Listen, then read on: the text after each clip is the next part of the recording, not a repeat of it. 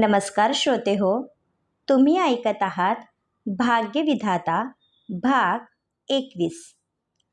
आज बऱ्याच दिवसानंतर विश्वजित आणि अमित एकत्र ड्रिंक करत बसले होते. अमितने आपल्या आयुष्यातील प्रत्येक गोष्ट विश्वजित सोबत शेअर केली होती. अमित त्याला मुलगा समजत असला तरी त्याआधी दोघे चांगले मित्र होते. म्हणून तो विश्वजित समोर आपलं मन हलकं करत होता. काय झालं अंकल? आज तुम्ही अपसेट दिसत आहात. नाही म्हणजे आज बऱ्याच दिवसानंतर तुम्ही ड्रिंक घेतली म्हणून विचारलं. विश्वजित ओठांना ग्लास लावत म्हणाला. तुला तर सर्व माहीत आहे विश्वा, मी कसा जगत आहे हे माझं मलाच माहीत आहे. त्रिशा नसती तर मी कधीच घर सोडून कुठेतरी दूर गेलो असतो. जे पाप मी केलं आहे मला त्याचं प्रायश्चित्त करायचं आहे, पण कसं हेच मला समजत नाही. अमित भावूक झाले होते. तुम्ही आपल्या परीने प्रयत्न केले होते.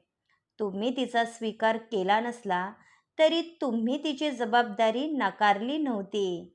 यामध्ये तुमचा काहीही दोष नाही. विश्वजित त्यांना समजावत होता. तू असं कसं काय म्हणू शकतो? दोष सर्वस्वी माझा होता. ती स्वाभिमानी होती. तिने कधीच माझी मदत घेतली नसती. मला फक्त या गोष्टीचं वाईट वाटतं की यावेळी ती कुठे आहे हेच मला माहीत नाही. मला फक्त एकदा तिला भेटायचं आहे. अमितची अवस्था त्याला पाहवत नव्हती. प्लीज अंकल, तुम्ही असे सॅड होऊ नका. मला पाहवत नाही. मी तुम्हाला प्रॉमिस करतो, तुमचा भूतकाळ शोधून काढायला मी तुमची मदत करेल. मग तर झालं. विश्वजितने आश्वासन दिलं. तसा त्यांना धीर आला. डिनर तयार आहे. आरोहीच्या आवाजाने अमितने पटकन डोळे पुसले. आज तू पण आमच्यासोबत डिनर कर. जेव्हापासून तुला पाहिले आहे असं वाटतं की हिच्यासोबत माझं खूप जुनं नातं आहे, अमित म्हणाले. विश्वजित दोघांना आळीपाळीने पाहत होता. तुम्हाला असं नाही वाटत अंकल? तुमच्या दोघांच्या चेहऱ्यात बरंच साम्य आहे. आरोही तुमची मुलगी शोभते. पहा ना, हुबेहूब तुमच्यासारखी दिसते. तुमची मुलगी कुंभमेळ्यामध्ये हरवली तर नव्हती ना? विश्वजित हसत म्हणाला. तसे अमित हसायला लागले. असं झाल्याचं मला तरी आठवत नाही, पण आरोही मला बाबा म्हणण्यासाठी तयार असेल तर माझी काहीच हरकत नाही. अमितने तिच्या डोक्यावरून हात फिरवला. आरोहीच्या डोळ्यातून एकसारखे अश्रू वाहायला लागले. काय झालं बेटा? तू रडत का आहेस? मी काही चुकीचं म्हणालो का? अमितने काळजीने विचारले. मी माझ्या बाबांना पाहिले नाही, त्यामुळे वडिलांची सावली काय असते तेच मला माहिती नाही. पण जेव्हा कधी मी संकटात असते तेव्हा आईपेक्षा मला बाबांची आठवण येते. खरंच आज ते असायला हवे होते. विश्वजितला आरोहीचं वाईट वाटत होतं. आजपासून तू मला बाबा समज आणि काहीही अडचण आली तर आधी मला येऊन सांगायचं. मी नेहमी तुझ्या मदतीला हजर राहील. हा विश्वा पण काही म्हणाला तर आधी मला येऊन सांगायचं. याने लहानपणी माझ्या हातचा खूप मार खाल्ला आहे. आता पण मी याला मारायला कमी नाही करणार, अमित म्हणाले. तसे दोघेही हसायला लागले. तिघे डिनर करायला बसले. विश्वजित मुद्दाम तिच्या शेजारी बसला होता, त्यामुळे त्याच्या खांद्याचा स्पर्श आरोहीला होत होता, ज्यामुळे तिच्या अंगावर शहारा आला. तिला तो स्पर्श ओळखीचा वाटत होता. काय झालं आरोही? जेवण वाढते ना? विश्वजितने विचारलं. ती भानावर आली आणि तिघांच्या प्लेटमध्ये जेवण वाढलं. विश्वजित आणि अमित बिझनेसवर चर्चा करत होते. आरोही शांतपणे जेवण करत होती, पण मनामध्ये एकसारखे विश्वजितचे विचार येत होते. त्याचा स्पर्श आपल्याला ओळखीचा का वाटतो? जोपर्यंत हे गणित सुटणार नव्हतं, तिला चैन पडणार नव्हतं. सितारा बार चांगलाच रंगात आला होता. तिथे उपस्थित माणसं आपल्याच विश्वात रममाण होते. अण्णा काउंटरजवळ उभा राहून आजूबाजूला लक्ष देत होता. तितक्यात समशेरा आणि त्याची माणसं बारमध्ये शिरली आणि तोडफोड करायला सुरुवात केली. हे इतकं अचानक घडलं की कोणाला काही समजलं देखील नाही. डान्स करणाऱ्या मुलींनी तेथून पळ काढला. जो तो रस्ता दिसेल तिथे पळत सुटला होता. हा काय तमाशा लावला आहे? Security, security! अण्णा पुढे काही म्हणणार, समशेराने त्याच्या पोटामध्ये सणसणीत लाथ मारली. काय रे, मस्ती आली आहे का? चल, आज तुझा माज मोडतो. समशेराने त्याला बेदम मारायला सुरुवात केली. त्याचा तो भयानक अवतार पाहून सिक्युरिटीने आधीच पळ काढला होता. मला का मारत आहात? ती पोरगी सापडली नाही त्यामध्ये माझा काय दोष? मला खरंच माहिती नाही ती मुलगी कुठे आहे. अण्णा हात जोडत म्हणाला, आमच्या बॉसने तुला धमकी दिली म्हणून तो त्यांच्यावर हमला केला. आज तुझ्यामुळे बॉसचा जीव गेला असता. आज या बारमध्येच तुझी कबर खोदतो की नाही बघ. समशेरा त्याला बेदम मारत होता. मी एक साधा माणूस आहे. तुमच्या बॉसला मारण्याचा विचार मी स्वप्नातही करू शकत नाही. तुमचा काहीतरी गैरसमज झाला आहे. अण्णा काकुळतीला येऊन बोलत होता. Michael, Michael! समशेराने आवाज दिला.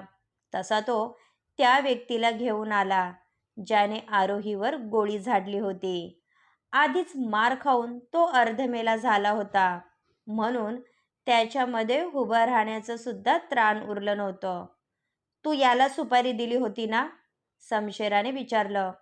या माणसाला मी त्या मुलीला मारण्यासाठी सांगितलं होतं.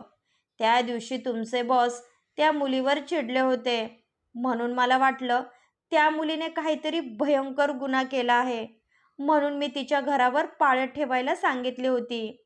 तुमच्या बॉसला मारण्याचा माझा उद्देश नव्हता. अण्णा घाबरत म्हणाला. हेच तर सांगण्याचा मी प्रयत्न करत होतो. अण्णाने मला त्या मुलीला मारण्याची सुपारी दिली होती. गेल्या कित्येक दिवसापासून मी बिल्डिंगच्या खाली ठाण मारून बसलो होतो. आज ती मुलगी दिसली म्हणून मी तिच्यावर गोळी झाडली, त्या माणसाने सांगितलं. हे ऐकून समशेरा पूर्णपणे ब्लँक झाला होता. त्या दिवशी बॉस सोबत जी मुलगी होती ती आरोही होती. समशेराला धक्का बसला होता. हो साहेब, त्या दिवशी तुम्हाला तीच मुलगी आवडली. त्यात ती ऐकायला तयार नव्हती म्हणून मी तिला ड्रग्ज दिले आणि तुमच्यासोबत पाठवलं. त्यानंतर त्या मुलीने काय घोळ घातला मला माहीत नाही म्हणून मी तिला मारण्यासाठी सांगितलं होतं, अण्णांनी सांगितलं. ही माहिती समशेरासाठी नवीन होती. आरोही जयाची मैत्रीण आहे ही गोष्ट त्याला आजच समजली होती.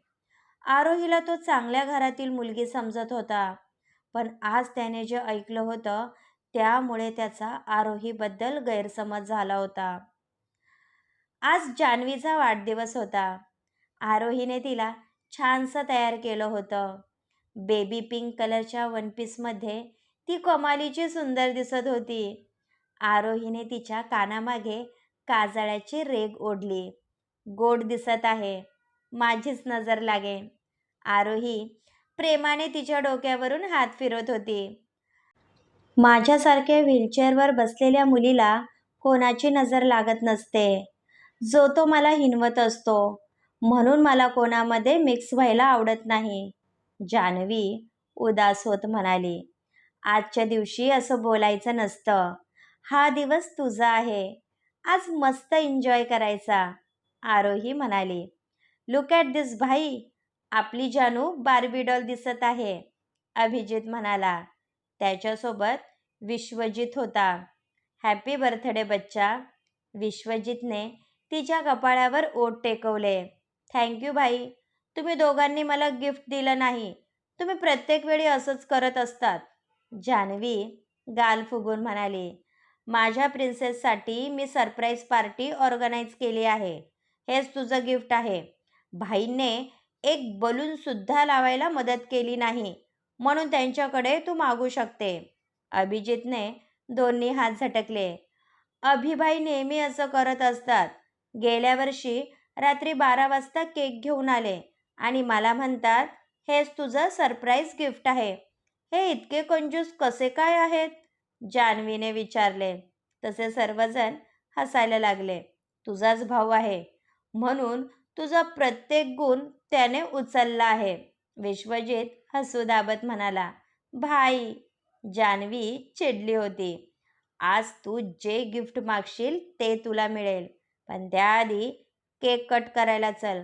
गेस्ट वाट पाहत आहे, विश्वजित म्हणाला. अभिजित तिला घेऊन गेला. विश्वजितची नजर आरोहीवर पडली. ती अजूनही तयार झाली नव्हती. विदाऊट मेकअप आणि विखुरलेल्या केसांमध्ये सुद्धा ती एखाद्या अप्सरेसारखी भासत होती. तू अजून तयार झाली नाहीस? विश्वजितने विचारले. मी होणारच होते. म्हणजे मी लगेच तयार होऊन येते, आरोही म्हणाली. त्याची नजर बेडवर गेली, ज्यावर काही वन पीस ठेवले होते, जे त्यानेच तिच्यासाठी घेतले होते. त्याने एक लाईट ब्ल्यू कलरचा वन पीस काढला आणि तिच्या हातामध्ये दिला. हा ड्रेस वेअर करू नये, तुझ्यावर छान वाटेल, विश्वजित गालात हसत म्हणाला आणि निघून गेला. आरोहीने एकवार त्या ड्रेसकडे पाहिलं. तो पूर्णपणे बॅकलेस होता आणि गुडघ्यांच्या वर होता. याआधी तिने असा ड्रेस कधीच घातला नव्हता. अशा ड्रेसमध्ये ती बाहेर गेली तर त्रिशा तिचा जीव घ्यायला कमी करणार नव्हती. पण विश्वजितने ऑर्डर दिली होती म्हणून तिच्याजवळ दुसरा पर्याय नव्हता. पार्टीसाठी बरेच गेस्ट आले होते. राकेश, रीटा, अमृता आणि अमित आलेल्या पाहुण्यांना ग्रीट करत होते. त्रिशाने अगदी मांड्यांच्या वरती असा रेड कलरचा ड्रेस घातला होता, जो तिच्या शरीराला पूर्णपणे चिपकला होता. आपल्या अशा वागण्याने विश्वजित इम्प्रेस होईल हा तिचा गैरसमज होता, कारण विश्वजित आधीच आरोहीच्या प्रेमामध्ये अखंड बुडाला होता. अभिजित जान्हवीला घेऊन आला तशा सर्वांनी टाळ्या वाजवायला सुरुवात केली. प्रत्येकजण तिला बर्थडे विश करत होतं. बर्थडेची सजावट पाहून जान्हवीचा मूड फ्रेश झाला होता, म्हणून ती सर्वांसोबत हसून बोलत होती. विश्वजित खाली आला. त्याचं लक्ष त्रिशावर गेलं. तिला पाहून त्याने नजर फिरवली. तो काही बिझनेस कलिगसोबत बोलायला जाणार तसा त्रिशाने त्याचा हात पकडला. किती इग्नोर करणार आहेस? सांग, माझ्यामध्ये काय कमी आहे म्हणून तू नजर फिरवत आहे? त्रिशा त्याच्या मानेवरून बोटं फिरवत म्हणाली. निर्लज्जपणाची हद असते. एकदा स्वतःला आरशात बघ, मग समजेल तुझ्यामध्ये काय कमी आहे. विश्वजितने तिला दूर ढकलले आणि निघून गेला आणि त्रिशा गालात हसली. आज तुला जे सरप्राईज मिळणार आहे ना, त्यानंतर मी पण पाहते तू माझ्यापासून कसा दूर जातो, त्रिशा म्हणाली. Behave yourself Trisha. आज तुम्हा दोघांची एंगेजमेंट आहे. तू असं काहीही करणार नाही ज्यामुळे विश्वा नकार देईल. अमृताला लोकांसमोर तमाशा नको होता. कम ऑन मॉम, विश्वाजवळ दुसरा ऑप्शन नाही, म्हणून त्याची काळजी करू नको. तुम्ही फक्त पार्टी एन्जॉय करा. त्रिशाने ड्रिंकचा ग्लास घेतला आणि निघून गेली. तिला समजावून फायदा नाही. लग्न झाल्यानंतर विश्वा तिला ठीक करेल, रीटा म्हणाली. असं झालं तर मला आनंद होईल. त्रिशाचे वागणे बेताल होत चालले आहे. अमृताला कधी एकदा हे लग्न होतं असं झालं होतं. केक कट करण्याची वेळ झाली होती, पण आरोहीचा काहीच पत्ता नव्हता. जान्हवी बेटा, केक कट करायला घ्या, राकेश म्हणाले. आरोही अजून आली नाही. ती आल्याशिवाय मी केक कट करणार नाही. जान्हवी अडून बसली होती, ज्याचा त्रिशाला राग आला होता. ती पुढे काही बोलणार तिचं लक्ष समोरून येणाऱ्या आरोहीवर गेलं आणि तिची तळपायाची आग मस्तकात शिरली. पण तिला पाहून विश्वजितचं हृदय बंद पडायची वेळ आली होती. तो ड्रेस तिच्या अंगाला पूर्णपणे चिपकला होता. तिने केस वरती बांधले होते आणि चेहऱ्यावर हलकासा मेकअप केला होता, ज्यामध्ये ती कमालीची सुंदर भासत होती. आरोही जान्हवीच्या शेजारी येऊन उभी राहिली. तिची गोरी नितळ त्वचा लाईटच्या प्रकाशामध्ये चमकत होती. आता जर आजूबाजूला कोणी नसतं तर विश्वजितने तिला आपल्या मिठीमध्ये कैद केलं असतं. किती गोड दिसत आहेस. आज तुझ्यामुळे पार्टीची शान वाढली आहे, हो की नाही भाई? जान्हवी म्हणाली.